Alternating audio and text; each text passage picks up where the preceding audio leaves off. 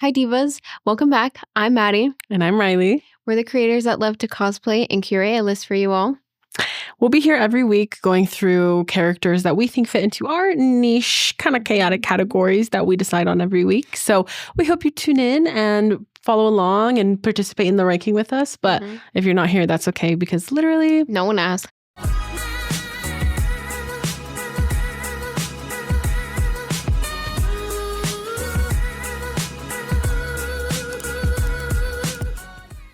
So, as you can tell by our outfits today, today is a very exciting episode because we are talking about my favorite furry creatures, cats. So, today's category is fictional cats that I would die for. Yep. I would put my life on the line for these critters. Absolutely. These critters raised me. So, let's get into it. Yep. So, my number 5 to start off this list of fictional cats that I would die for is Chloe from Secret Life of Pets. So, I love Secret Life of Pets. That is just a classic animated banger indeed. So, when I was thinking of cats, I didn't even have to really do research. Like, this list came to me easy peasy because, again, huge cat people. I have 2 cats. She has a cat. We grew up with multiple cats. Don't get me wrong. I love dogs too. But if I had to pick, it'd be cats. I'm definitely a cat person.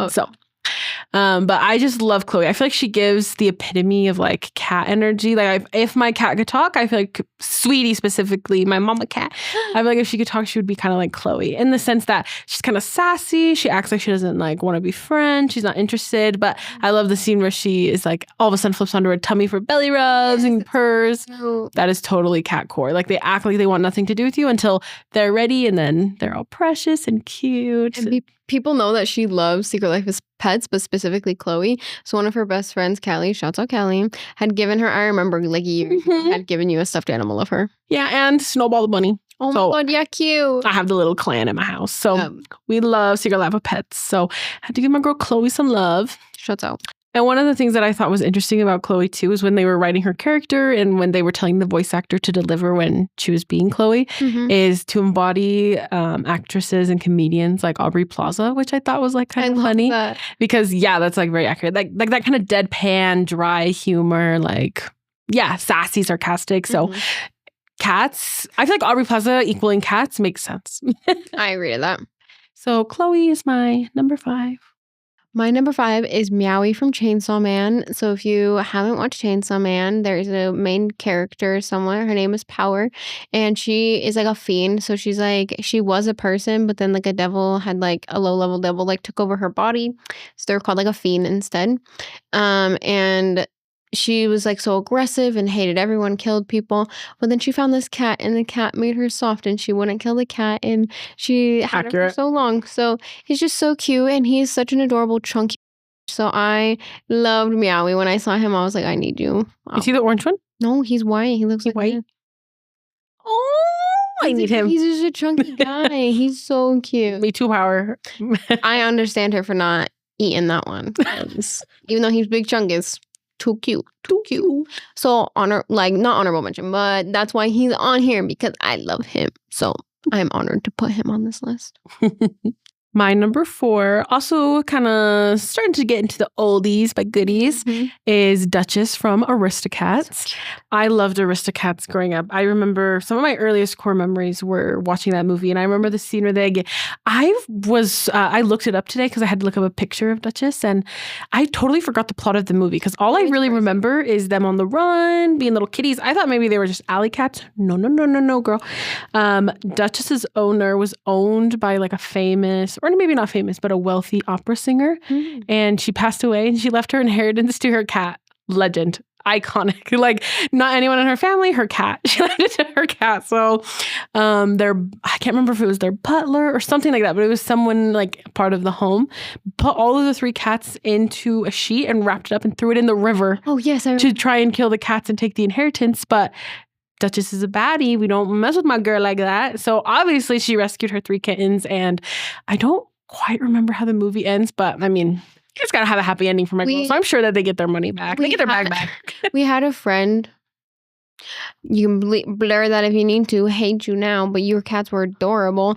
One of their names was Seamus. Like after. Oh, cute. One and that's pretty damn cute. Can't even lie. And I almost put Marie on my list, but I feel like when you go to Disneyland or like you see Aristocats stuff, it's like Marie for like it's like 10 Marie things for one Duchess. And I love Duchess. I remember she is beauty, she is grace, and she's grace. I read actually that the creators wanted to inspire her voice actor and like the way the cat moves after Audrey Hepburn. So, which is very accurate. And they even studied like sketches and drawings of Audrey Hepburn to kind of use that to visualize like her curves and the way she moves and jumps, like literally trying to give Audrey Hepburn vibes. So that's adorable. Duchess, my queen.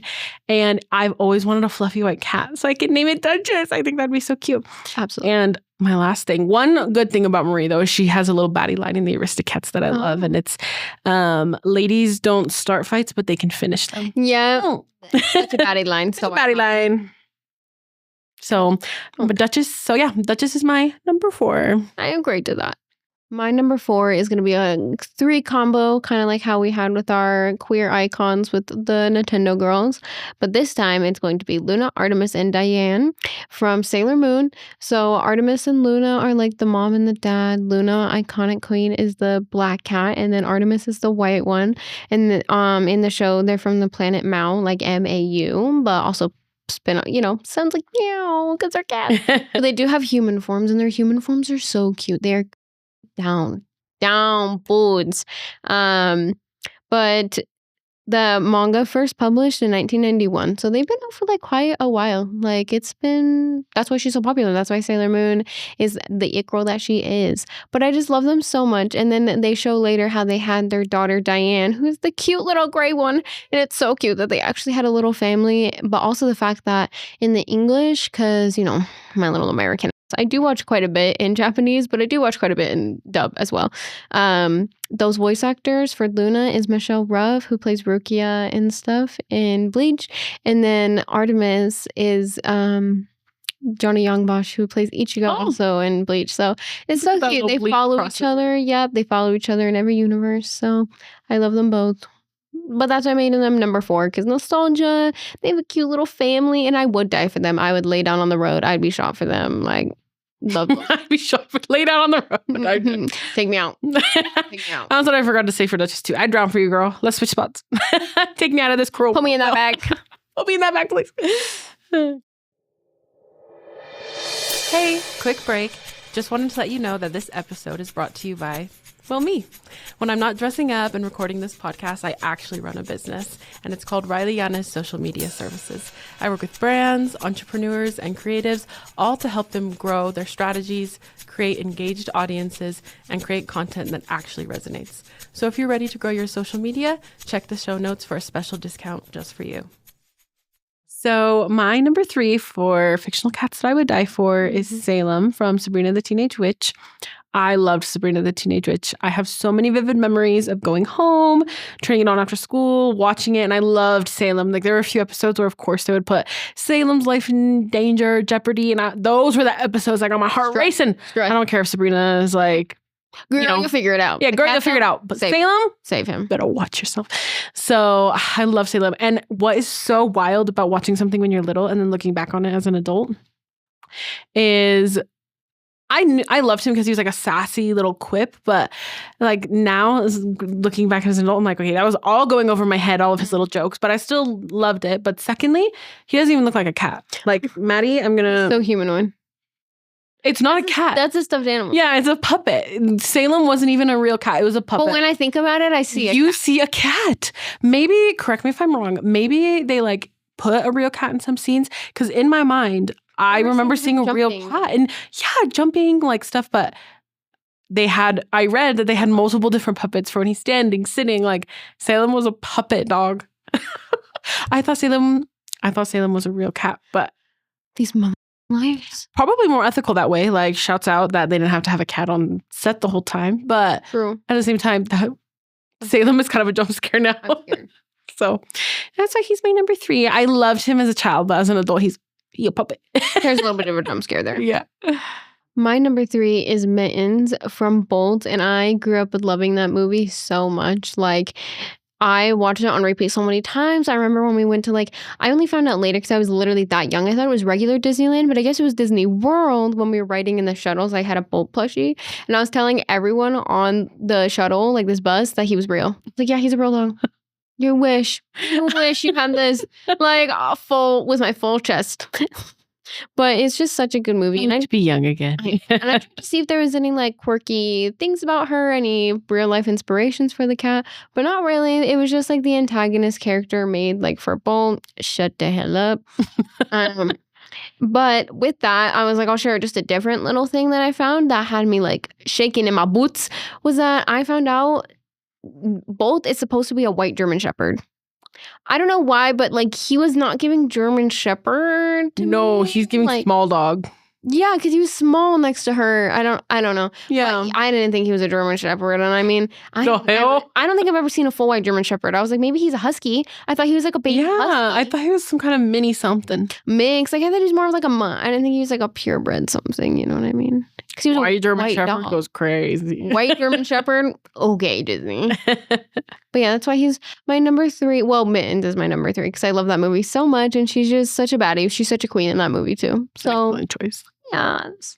It's always so hard to narrow these lists down. Even though we go over 10 in total, we like to give an honorable mention because we can't leave out some of the baddies on our Someone's list. missing out. So this week is Pusheen. Pusheen is our honorable mention. Me and Maddie have a deep love of Pusheen. I remember that just being part of our childhood forever. Pusheen stickers, Pusheen plushes, Pusheen pins. I remember when I got my very first car, Maddie got me a hanging little Pusheen keychain. Yeah, a little plush keychain. And I hung it up right by my driver's side. I still have it. I still have it to this day. And then when she got her first car, I got her a Pusheen little clip. And it's so smart because she told me she did it where her gas tank is, so she'll never forget where her gas tank is. I was that's really smart.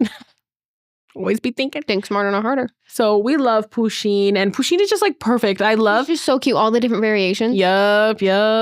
So Pusheen love. Shouts out. And then for our middle segment today, I have been a fond lover of blind boxes and things like that for a very long time, but it's increasingly grown much popular over these last couple months. So because of our Queen Vanilla Mace and all the craze with La Boo-Boos and all the different types of them, we're going to open some blind boxes today. But with that, they're going to be cat-themed blind boxes. And so our lovely Garfield over here found some really cute Hello Kitty blind boxes for us. In honor of Vanilla Mace, we're going to show you the backside. We say who we want, we don't want. That's just the standard. Oh, I'll let you pick. You can pick which box you want. Yeah, I will do that one actually. Okay. Good. So yeah, we're gonna analyze the back. We're gonna see which one we want, we don't want. Close our eyes. Open her up for the class to see. So yeah, so I'm gonna show this to my individual camera as well. Yeah, individual camera can probably see a little bit better. I am a Kuromi girl, so I'm of course gonna say Kuromi, my Melody next, because that reminds me of my wife, and then my third next pick would either be. Really, I'd be happy with any of them. I just don't really love Pom Pom Purin that much. Sorry if you're gonna come for me. He won the best sandwich. I was just gonna say he just won. Yeah, he just won, but he's not doing it for me. Sorry, Paul. Quite literally. So the rest of them, honestly. Anyone but Pompourri. Yeah, but I really love Kuromi. Let's hope you don't have Vanilla Mace in it. Look, So for me, I'm gonna go with just a classic Hello Kitty. That's probably my number 1 pick. Good pick. Cinnamon Roll, her little jewel vest is kind of giving right now. He is always giving. Oh, I'm misgendering Cinnamon Roll. Whoopsie, sorry. You know what? Non-binary legend. Non-binary legends. Honestly, I would be happy with any of them except Pomporini, and then a close second is Choco Cat. Pomporini. Oh no! How about I f***ed up? It's just Pom Pom Purin. That one. I don't want the dog. The butthole. You want to go first? Yeah, I'll go first. So just to recap, your number 1 is Kuromi? Kuromi. Yeah. And then probably. Okay. I don't know if it shows it right away, so I'm not going to look. I don't know if they have cards. Sometimes they're in bag. Oh, it's just in there. Okay, so close your eyes and show the... Flip it. Okay. Okay. Oh, with that. We love him. Okay, yippee. I'm very happy with it. He said, "You almost jumped on me, huh?" I said, "We need more good." Okay. Okay, let's see who you got, Queen. Let's see who my box is. Yeah. No, Hello Kitty. You're very Hello Kitty coded. I'm so scared. I'm so scared. Can I look? Oh, okay. I'm getting that vanilla mace energy today. Okay. You know what? Let's keep going. I agree to that. Anywho, just kidding. That's like, I'm throwing too much shade. Love you, but this is a cat episode, so of course I was rooting for getting a cat. And this is a dog. He's not a bunny. You gotta throw him too. It's a dog. Get out of here. No dogs allowed in today's episode. And actually, Hello Kitty was the only cat because the other two, Chromie and my Melody, are bunnies. No, Choco Cat. There was 2 cats. And we didn't get any. We had like a third chance of getting a cat, and we both got dogs. Shady girl. Shady girl. So my number 2, obviously, is Garfield. So Garfield is a cat that I would die for because I was a Garfield girly growing up. I read the comics. Yeah, I watched the cartoon. I watched the live action movie. They even made like spin-off series. Those weren't as good. He was kind of giving Uncanny Valley. It was a little scary. Yeah, and the newer ones. But honestly, I did like the live action. I recently rewatched the live action with my little brothers. Now, oh girl. Same thing as Salem. I remember thinking that boots down. I remember thinking that Garfield looked so real, and now watching it, I'm like, what in the hell was I thinking, girl? What daily? That is so goddamn fake. But it hit what it needed to hit in my youth. So happy for in the early 2010s. And I love Garfield. I mean, he's Monday hating us. Yeah, Monday hating us. Agree. Me too. Loves to be lazy, sleep. He don't care. And he's like a little bit, not anti-cat, but anti-cat in the sense that he's like, doesn't always kill the pests in his house. Like he's not, like he doesn't do what John wants him to do. Yeah. And what I thought was interesting when I was reading about Garfield is that the creator originally wrote Garfield for adults, not kids. So of course kids love Garfield, but Garfield is actually particularly big among adults because that's who it's aimed for. Like we hate Mondays. Like kids aren't like, oh my God, I love lasagna. The fuck? That's not one of the things that go full. They're gonna be like, I like chicken nuggets. Yeah, I want lasagna. I'm 4 years old. I'm 4 years old. You're the youngest person ever. But I also read that Garfield was inspired by his grandpa, who was like a cute, chubby man who loved lasagna. So that's really cute. That was cute. And we love a chubby animal or a chubby person. We love it all. I love the chub. Yeah, me too. So, and when I was also reading about Garfield and the comics, something I thought that was kind of cute is that Garfield's birthday is always June 19th. And so the comic that comes out during the week of June 19th is always a comic about how Garfield is dreading his birthday. So, me too, King. Right. So, I thought that was cute, though, that they pay homage to his birthday every year. And in fact, one year, it was like, worst birthday ever. John's putting me on a diet. And then the following year, that comic was like, best birthday ever. Finally off my diet. So, they like keep it up. Yeah. So that's so cute. Love Garfield. Love that. And then my number 2, similarly as well, I am dressed as Hello Kitty today in the iconic little blue overall moment with the yellow shirt and have my red bow, of course. Everyone loves Hello Kitty, and the big boom happened a couple years ago, honestly. I feel like right around 2020 was when Hello Kitty and Sanrio, other characters, not just Hello Kitty, began to get more popular in the US. And don't worry, we've been on a Hello Kitty grind since I was cognizant. Since birth. Yeah. Since birth, ho. I've always loved Hello Kitty. I had Hello Kitty everything. I still to this day have a Hello Kitty water bottle. She almost wore her Hello Kitty overalls here. Like we're not fakers. We love Hello Kitty. And when we grew up, in one of our local malls, there was a Hello Kitty store, like Sanrio store. I dream of her. And they got rid of it, and it was so amazing. I remember going in there and getting so many cute little Hello Kitty trinkets all the time, and just being so amazed. And we've always loved Harajuku and things like that, like that brand and things. So we are not fakers. We are OGs, and we love it.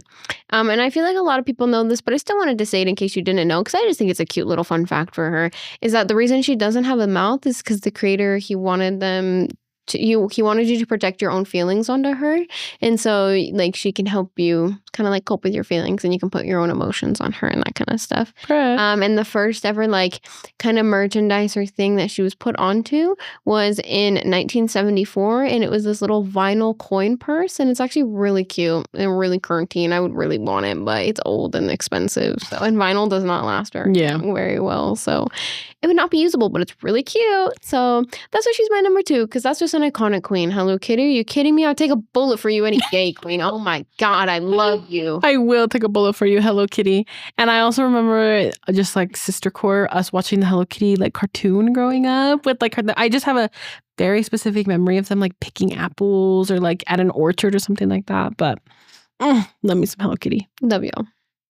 So my number 1 is Puss in Boots. Oh. And specifically, I'm talking about like the DreamWorks. Yes. Read the adaptation one. And I'm even more specifically talking about the Puss in Boots from the most recent movie that came out. Yes, that one's iconic. It's so iconic. The movie that most recently came out for Puss in Boots, because I think they've released a handful after the Shrek franchise. People loved Puss in Boots. And Puss in Boots, what I found out actually is from a European folklore. Mm-hmm. Cute. So that fairy tale is like a real children's European fairy tale. And his master is like a penniless prince who deceives and steals to be able to help his prince out. And he, in fact, even helps him get his hand in marriage. So that's where the origins of Puss in Boots comes from, is he was like helping his prince owner like get money and deceive people. So that's kind of where I'm sure DreamWorks pulled his like character. Yeah. Mm-hmm. But the most recent one that came out, which I think was a couple of years ago, Last Wish or something like that. It's amazing. I went into it just because I think I saw a TikTok of someone being like, oh, you have to watch the new Puss in Boots. Like, it's so fire. And I have little brothers, and I mean, a good movie is a good movie. I don't care if it's PG or animated, live action. A good movie is a good movie. So I was like, you know what? Let's put it on. And it was a cinematic masterpiece. And I mean that in the sense that the animation, they directly were pulling from the inspiration of the most recent Spider Across the Spider-Verse, I think. Oh, really? And to me, I've only seen bits and pieces of the Spider-Man movie, but I am a huge fan of Attack on Titan. And there's a scene specifically at the beginning of the Puss in Boots movie where he's like running on top of roofs and he's like using gear. It almost reminds me of the ODM gear that they use in Attack on Titan. Mm-hmm. But that scene is like imprinted, changed my DNA forever. So I just remember thinking like, oh, I'm just going to put on a little kids movie. And I finished being like, Bravo.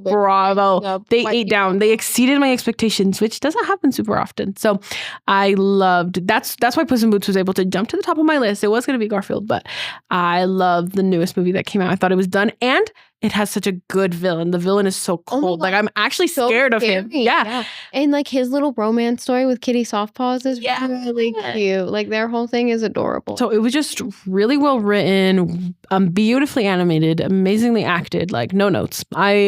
So this is my free promo for that movie. So if you haven't seen it, you need to watch it. So Puss in Boots is my number 1. And my number 1 is going to be the Cheshire Cat.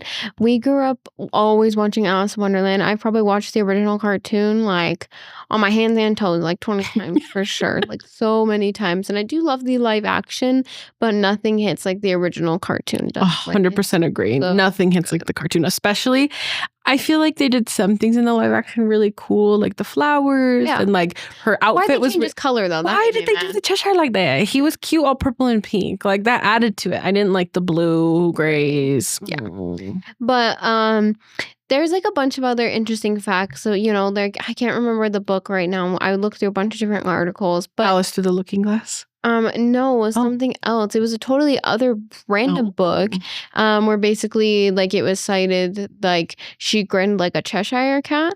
And so people say things like that expression is kind of what also inspired like the Cheshire Cat's kind of like grinning look for the character itself.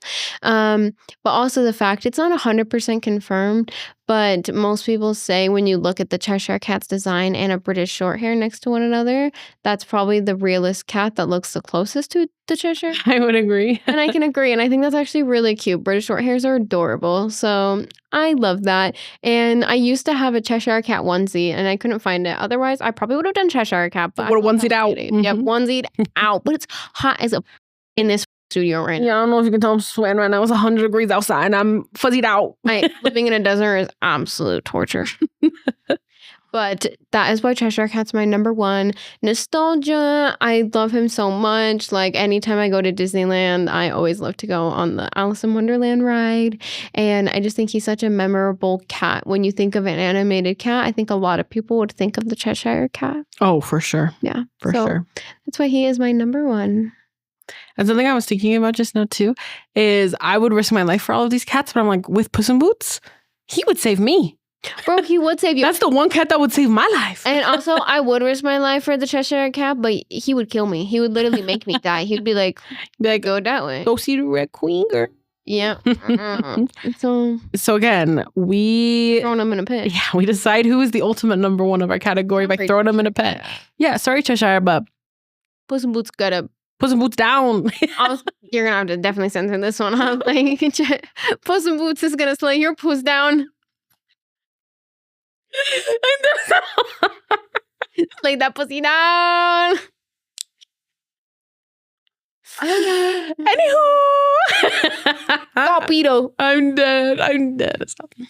So, on an eventful ending, Thank you for tuning in and seeing which fictional cats we would die for. Mm-hmm. Which fictional cats did we forget? Which ones would you die for? Mm-hmm. And thank you so much for tuning in. It's so much fun dressing up every week and coming with these fun different categories. So we'll be here every week doing this, dressing up, talking about characters and categories we think you should be talking about. So we hope to see you next week, but that's okay if not, because literally no one asked. And back again is me. I'm also here to tell you that this episode's brought to you by me. I run my small business lunar cause, so if you're ever in the SLC area and you want to grow your natural nails strong and healthy with intricate custom nail art, you'll come to me for that, of course. And you can see more information for that in the show notes below.